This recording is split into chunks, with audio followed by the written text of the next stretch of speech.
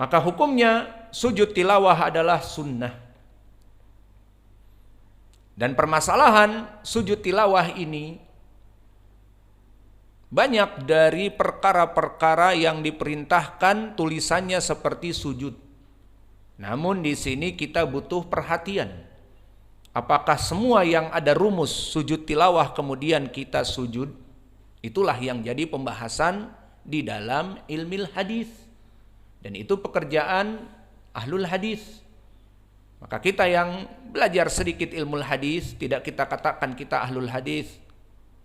Tidak, tetapi kita juga belajar ilmu hadis, maka kita mencoba untuk berhati-hati dan untuk memeriksa.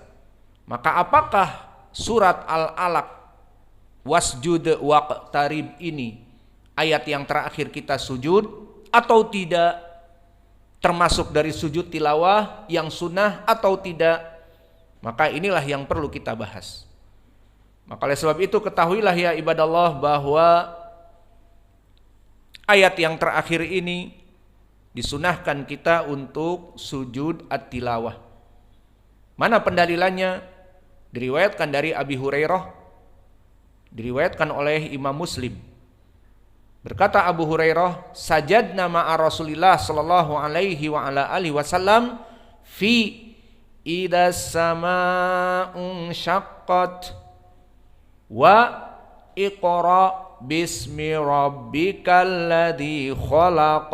Dan makna iqra bukan di ayat iqra-nya, maksudnya di surat Al-Alaq dan di surat Al-Insyiqaq. Maka yang menjadi poin kita di surat Al-Alaq, iqra bismi rabbikal ladzi khalaq, itu yang disebutkan di dalam hadis, namun prakteknya adalah di akhir ayat. Kalla la tuti'hu wasjud waqtarib.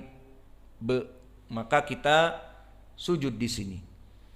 Jika kita sedang membaca sujud tilawah, maka bagi ikhwah nanti setelah kita selesai akan setoran, dan semua ikhwah akan mengulang-ulang ayat ini. Dan bahkan pengulangannya karena kita belajar qiraah, membaca hafaz diulang dari awal sampai akhir, sujud. Yang membaca wars juga menghafal dari qiraah wars nanti sujud. Semua qiraah sujud. Maka di sini dari sunnah adalah di saat membaca sujud. Lalu pertanyaan bagaimana di saat sholat? Maka di saat sholat pun kita sujud tilawah, boleh. Lalu kita kan murojaah nih. Mungkin dalam waktu murojaah 1 jam, setengah jam, kita sudah mengulang 5-6 kali. Iya apa tidak? Apalagi kita mengulang-ulangnya jadi qiraah. Sekarang qiraah hafaz.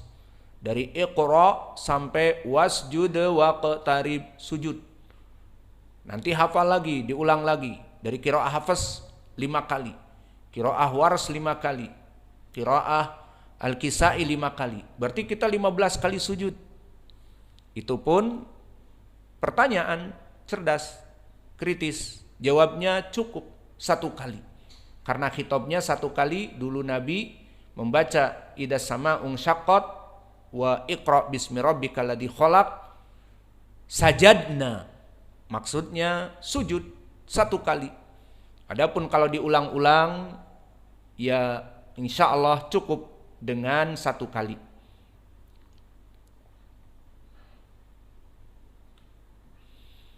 Adapun di dalam surat Al-Insyiqaq, dan ini bukan pendalilan kita, namun min bab faidah, di dalam surat apanya atau di ayat berapanya? Wa idza quri'a alaihimul qur'anu la yasjudun. Pada ayat ini. Wa idza quri'a alaihimul qur'anu la yasjudun. Dan juga di dalam surat Al-Alaq, di dalam ayat terakhir ini. Kalla la tuti'hu wasjud waqtarib. Jadi bukan tadi di hadis Abi Hurairah, kami sujud bersama Nabi di surat idas sama'un syaqqat wa idza fi qoulihi ta'ala iqra, maka dia Allahu Akbar setelah Al-Fatihah, Bismillahirrahmanirrahim, Iqra bismi rabbikal ladzi khalaq, sujud. Maka tidak di sini. Kenapa kamu sujud kalau ditanya? Itu di hadis Abi Hurairah. Nahnu nasjudu ma'a Rasulillah sallallahu alaihi wasallam fi Iqra bismi rabbikal ladzi khalaq. Kita katakan salah, gagal faham. Maknanya itu adalah suratnya Al-Alaq dan prakteknya sujudnya di kalla la tuti'hu wasjud waqtarib di akhir. Maka hadis ini hadis yang sahih. Dijadikan pendalilan oleh para ulama tentang permasalahan sujud at-tilawah pada dua surat ini. Maka ini dari tambahan bonus yang kita bisa berikan. Maka faidah dari hadis ini disyariatkannya sujud tilawah pada dua surat Al-Insyiqaq dan Al-Alaq dari hadis Muslim yang kami berikan ini. Dan yang diinginkan dari surat Al-Alaq bukan di awal ayat sehingga di saat membaca Iqra langsung sujud, tidak, tetapi di akhir kalla la tuti'hu wasjud waqtarib baru sujud. Maka mungkin ini yang bisa kita berikan. Wa naktafi ila huna wa jazakumullahu khaira. Sudah hampir maghrib, maka kita cukupkan pelajaran kita. Tidak ada tasmi, namun insya Allah besok kita ujian dari semua qiraah yang ada. Yang jadi poin kita inginkan pertama, makhorijul huruf, sifatul huruf yang kami berikan dipraktekkan. Jadi besok semua orang membaca surat dari Al-Alaq, dari makhraj dan sifatul huruf, ujiannya itu dari qiraah hafs. Siap? Saya tanya pertanyaannya jadi indak ya ucok misalnya, berdiri, baca. Dibaca meskipun tidak semua dari qiraah hafs saja. Nanti setelah misalnya pas dibaca alam ya'lam bi anna allaha yara, apa hukumnya ya alam ya'lam bi anna? Hukumnya demikian. Terus ya ra, bagaimana sifat dari ra di sini? Semua seperti itu. Tamam. Karena praktek kita bukan hanya qiraah. Jadi ujian kita bukan hanya qiraah tapi tajwid. Dan melihat dari masih beberapa ikhwah yang baru pindah dari pondok yang lain makhrajnya belum benar, maka diperbaiki sehingga ujian besok pagi semua orang menghafal surat Al-Alaq dari qiraah Hafs an Asim dan itu semua sudah dihafal. Namun please dibaca dengan baik dan benar, dan itu yang kita inginkan di sini. Kalian menghafal Al-Qur'an dengan tajwid yang benar, makhorijul huruf yang benar, dan itulah inti kalian jadi imam. Bukan yang penting hafalannya. Maka banyak dari ikhwah di sini masuk hafalannya berapa? 15. Ternyata setelah dicek ancur-ancuran. Iya, akhirnya belajar lagi dari awal. Iya, ikhwah. Seperti itu kan? Maka yang datang-datang baru dari awal lagi dari juz amma. Maka ini belajar yang salah. Maaf, kita katakan salah. Sudah hafal 15 surat, 15 juz kok dibilang salah. Gimana? Jawabnya, yang menjadi poin kamu kelak menjadi imam, apa kata Nabi? Imamukum aqra'ukum Qur'anan. Imam kalian itu yang paling benar membaca Al-Qur'annya. Saya hafal 15 juz atau bahkan 20. Saya sekarang di surat Hud dan yang lainnya. Namun pas dibaca berantakan dan belepotan makhraj dan sifatnya.